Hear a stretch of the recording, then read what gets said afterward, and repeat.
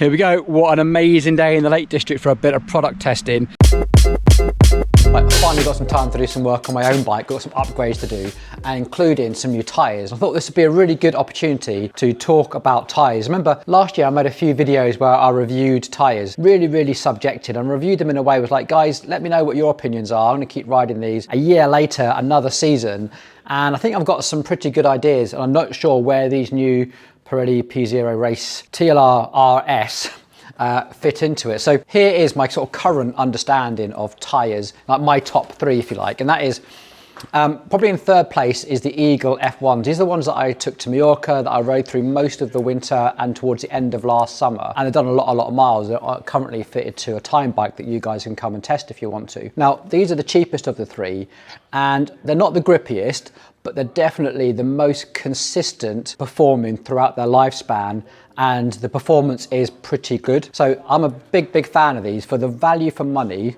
$64.95, don't get me wrong, still expensive, but cheaper than a lot of the other high performance tyres here. My next favourite tyre, controversial, is the Pirelli P0. This probably comes in second place. So I think if you're going to run a really good quality tyre year round, run it in the wet, whatever sort of conditions you get, I still think this is probably one of the best. Now, I really like how this performs, again, through the life of the tyre. They perhaps wear out a little bit quicker than you would like, but I do think the performance is good and consistent. And then the Michelins, which are my current favourite tyre. I think these are fantastic. They're so much fun. They just give me so much confidence, and they seem to last pretty well, but they really don't perform that well in every wet conditions. Now, I know on the friction test websites, this apparently got one of the highest scores for like grip in the wet. I haven't found that when I'm riding. Some conditions, yes. On some conditions, I'm like, I just don't know what my tyres are doing in this sort of wet conditions. But in the dry, these are so much fun. So today I've got the opportunity to test the new Pirelli P0 Race TLR RS, because RS must stand for really superior, I guess. And I'm really keen to see how much these are. These suddenly got more expensive, £84.99. So they've gone up another £6-7 from the normal non-RS version. Let's see if they really are better. Now, before I fit these, couple of little words, because I know that the comments are absolutely going to fire off. Continental Grand Prix 5000s are not on my list, and we have talked about this on the channel before. In fact, we talked about it when the Continental rep came round and we did a podcast with him. And here's my thing. I know that loads of pro Continental teams and pro teams and stuff all use Continentals and absolutely swear by them. And I do agree that out of the box, I think Continental Grand Prix 5000s, STRs, are amazing. But I think the degradation on them is too high. I don't mean that in terms of wear and tear, because if you look at just the the wear marks I do think the wear is consistent. I mean, there's performance degradation. Here is a good example of one that we've just taken off. You see, we are nowhere near the wear mark on this, and yet you can see where this tyre is blistering up, and you run your finger across it and it's got loads of bumps and ridges, and it's kind of crackles and snake skins. Now, I think it's a bit like suspension on your mountain bike. If you ride these day in, day out, you don't necessarily notice the degradation. Yeah, I have to agree, out of the box, I do think these are fantastic. You get them out box fresh, brilliant, and I'm always disappointed, probably only 2 or 3 months after owning them. Okay, let's see if we can have a civil conversation about tyres. Now, I am very aware that is a very subjective subject, and I appreciate all of the fantastic work done by the rolling resistance type websites, and I read them and I pay attention to them, but I also don't think they completely tell the whole story. You see, I think tyres, whether it's cycling, motorsport, anything, you need a combination of quantitative data and qualitative data, because it's a very subjective thing. At the end of the day, you've still got a human pilot, rider, whatever it is, and we all feel things and ride in a different situation, and what's right for me might not be right for you. So just take this as another data point to add into your buying decisions or not. Entirely up to you. See, what it comes down to for me is confidence. I don't really care if a tyre is half a watt faster at 40 kph or something. That doesn't really matter. What I want my tyres to do is fill me full of confidence. And that confidence comes in 3 ways. Yes, in handling. Can I throw it around the corner? Can I ride down a bumpy road? Can I brake? But also, can I actually get the tyre off at the side of a road when I need to fix a puncture? Is it going to pinch flat at the first side of a pothole? So the confidence for me is kind of the big picture. Question is, would I swap them for my Michelins? Well, as much as I don't think the Michelins perform well in every condition, and these seem to be, like, the first ride I did was one of those sort of dampish summer days, you know, the road was wet and there's like moisture in the air and stuff. The second ride was like cool but windy, and today's obviously just glorious sunshine. Cracking day for a ride. What do you think? Haven't got a full range of weather conditions, but it's not bad. Anyway, back to the Michelin. The thing with those tyres is that they're a really confidence-inspiring wheel. I just love riding them because I can just feel I can do whatever I want on the bike, and that's a lot of fun. They feel just comfortable and smooth, and they're just nice, you know. Anyway, there we go. That's my opinion. As I say, please get your opinions and thoughts and experiences down in the comments, because we're all down here to learn. Okay, right, let's get this changed. Controversial. We know when you line up the logo, do you line up the P0 part, or do you line up the Pirelli? On Formula 1 cars, have the P0 on the side. Everybody thinks that I'm wrong. We'll leave this up to the YouTube comments. I can't say these are the easiest tyres in the world to fit. Definitely the Michelins are a whole lot easier. If you ever do resort to having to use a tyre lever, one, make sure that you're not touching the rim tape with this, but just go bit by bit with it. Don't try and go for one big monumental move. Just ease it in a little bit at a time, and eventually it will flip over. Sealant I'm using is the Effetto Mariposa Cafe Latex, and I'm adding that with the Vitamin CL to help seal holes as well. So I like this stuff. It's not that messy, and you don't need loads and loads. And I know that I should be dosing out exactly. And the technique here is to like roll the tyre on, just like that. So if anyone's wondering about these tools that we're using, this little thing here is from Feedback Sports. This is a valve core remover. Works for Schrader and Presta. Nice little tool. This is the NV air pressure station, so we can set this to whatever pressure you want, down to like ½ degree. We just got this set for 70 for now. And actually this chuck, the check it comes with is a bit naff, but this is this Silka chuck. This seems really robust and durable.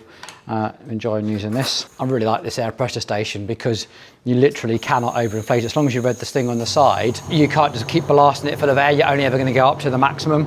And go. I think they fitted up pretty easily. And in case you're wondering, this mess, that's all Dan's fault. Right, while we're here, this cassette, which we got sent as part of the SRAM Red launch, my poor legs have been asking for this. We have dun, dun, dun, 1036, which is going to give me actually lower than a 1-to-1 ratio. I probably could have done with the 10-to-34, but hey, if you've got the opportunity of having a 1036 on the hills around here, taking it. So let's get that changed over. I'm hoping, if you remember that SRAM Red launch video, I left the chain a little bit longer, hoping that we don't have to change the chain, but if we do, chains are now in stock as well, so we can change the chain. 10-to-30, 200 grams, 10-36, 30 grams more. These actually come pre-greased from the factory here, so this is going to go straight onto SRAM XDR. Moment of truth, is the chain going to be long enough? Just want to make sure that that is not going to rip the rear mech off, and that looks good. Yes, that's a bit of relief. Cool, so some other updates that have happened over the last few weeks is we've changed the pedals from the older look ones to these are the new look pedals, slightly more aerodynamic design. And yeah, to be honest, I can't tell difference when I'm riding, but they do look a whole lot nicer. That's pretty cool. And the other little update we've had is the saddles. So this is the Celitalia Novus Boost, but the 3D printed version. Now, probably 3 or 4 years ago, I got my first experience of a 3D printed saddle from Physique. And I didn't ride it for very long because I kept getting it caught on my shorts every single time. But this one seems a whole lot better. It's attached a whole lot better around here. Yeah, I'm not quite sure how it looks either. It's like a bit of a love-hate thing. Let me know what you think down in the comments, because I know a few of you are running these 3D printed saddles already. For me, this is still a pretty new thing. Here we go. You guys can enjoy the view for a bit while I talk about my fat thighs and this saddle. I'm not normally one that struggles with saddles. I can pretty much ride anything. Currently, my favorite saddle is the Pro Logo Dimension. I kind of found that on the back of being a massive fan of the old fabric scoop, the flat one. Sadly, when they didn't make them anymore, I sort of discovered the Pro Logo Dimension. Now, the Celitalia Novus Boost is also a saddle I ride quite a bit. But I normally ride the one that's just completely flat, and it's definitely a bike fitting favourite. It's one that when we're doing bike fitting, seems to suit a lot of people really enjoy it. So, but this 3D printed one, here's the thing, like when you're sat on it, it's amazing. It's really, really comfortable and you feel really supported. But when you get out the saddle and back in again, it kept sort of catching my shorts and I kept sort of, my fat thighs just kind of get folded over. Anyway, now I've ridden it probably 6 times maybe. I think I've sort of trained myself with the special technique that you need about lowering yourself in with a slightly wider stance. Get yourself on your sit bones and absolutely everything's fine. But if you sort of come back into saddle a bit too quick, you kind of catch yourself where you don't necessarily want to and you have to sort of wiggle around again. Anyway, bit of practice and it's great. If anyone's interested in like the general sort of filming setup, doing your own channel or whatever, right now I'm speaking to you on a GoPro on the end of a stick. Audio is not bad when it's not a windy day. I've got a GoPro down here on a chesty. The mount is underneath my shirt and I sort of clip it in here, and this is connected up to the Wahoo right here, so I can kind of flick through the buttons on here and then I can sort of leave this page open and then just press this button to start recording. So that's pretty cool. You can actually just change modes as well, which is pretty cool. So you can just put it into photo or time lapse. One feature request, like I haven't worked out yet, like why can't I just long press, like press and hold one of those SRAM bonus buttons just to instantly start a recording? Now that is a feature request that I'd definitely like to see. Sometimes it glitches out if you've got 2 GoPros, but you just have to remember which one it is you have connected. And of course, one last upgrade is that it is about time to get this onto my bike. This is the Bitquan T47 to SRAM dub. Now I did a whole video about this, just my first impressions, and we fitted them to a couple of bikes. Now I'm going to fit one to my own bike for a bit more long-term testing, but I do like these. Like this is 89.5 and it's a really, really good fit there. I mean, that is so solid and it's a really good seal. So I'm really keen to get this on my bike and give it some abuse so I can actually give you guys some actual proper feedback on what looks to be a good product, but is it actually? So let's get this fitted. Have a quick inspection of the crank. So I've been running a rotor bottom bracket in here at the moment. So, and the rotor bottom bracket just comes fitted with the very standard enduro bearings for now. That all looks good. I wouldn't expect any wear and tear to be on that at all for a couple of 1,000 kilometers or something that we've done. Now the rotor bottom bracket does require the special rotor tool. It's actually a really, really positive engagement and I do quite like it. So I think I made a video about this once, but I think the rotor bottom brackets, I think they come in around 58 quid or something. I do think they're probably one of the best T47 or value bottom brackets out there at the moment. It definitely seems to be a good fit. You guys always ask the grease we're using. So generally speaking, we have a bit of a rule here. It's not an absolutely golden rule, but red for threads, blue for bearings. So this is an assembly grease. This is more about anti-corrosion, anti-gouling than it is about lubrication.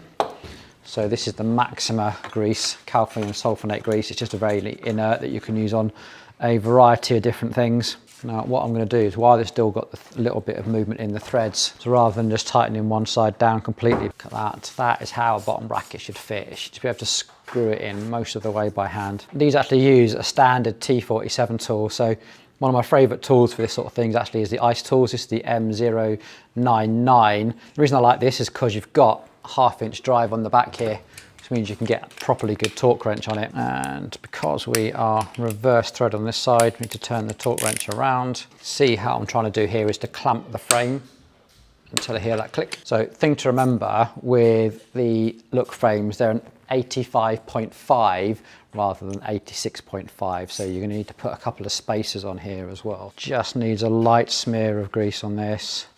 Remember, blue for bearings. Nice, smooth. Okay, so what's happening here, inside the box that came with the Bitquan bottom bracket is you get two 2mm spacers. That preload makes it a little bit on the tight side. So what I'm going to do is I'm going to swap out one of those 2mm spacers for a 1mm spacer, and that is going to be on the non-drive side. That's going to give me just enough to fine tune that preload.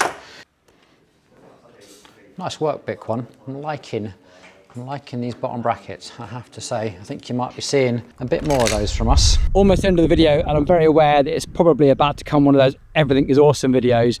Definitely wasn't what I set out to do, but the reality is that some of these components we fitted are literally some of the best stuff you can buy, so you're kind of hoping for good things. So Pirelli P0 TLR RS, a little bit muted by that. I was expecting more the quiet sound, or the lack of a sound rather, probably relates into a faster rolling resistance but the same level of grip. If it is, it's too slight for my insensitive soul to really notice. So this saddle, definitely jury is still out. I want to do some serious miles on it. Like, I need to do like a good 100 miler on it really to be totally sure. I'm a little bit worried about chafing on the inside of my thighs. Watch out for that. Bitcoin bottom bracket, absolutely no idea. It seemed absolutely fine so far, but that's going to be another 6 months before I can give you anything conclusive on that.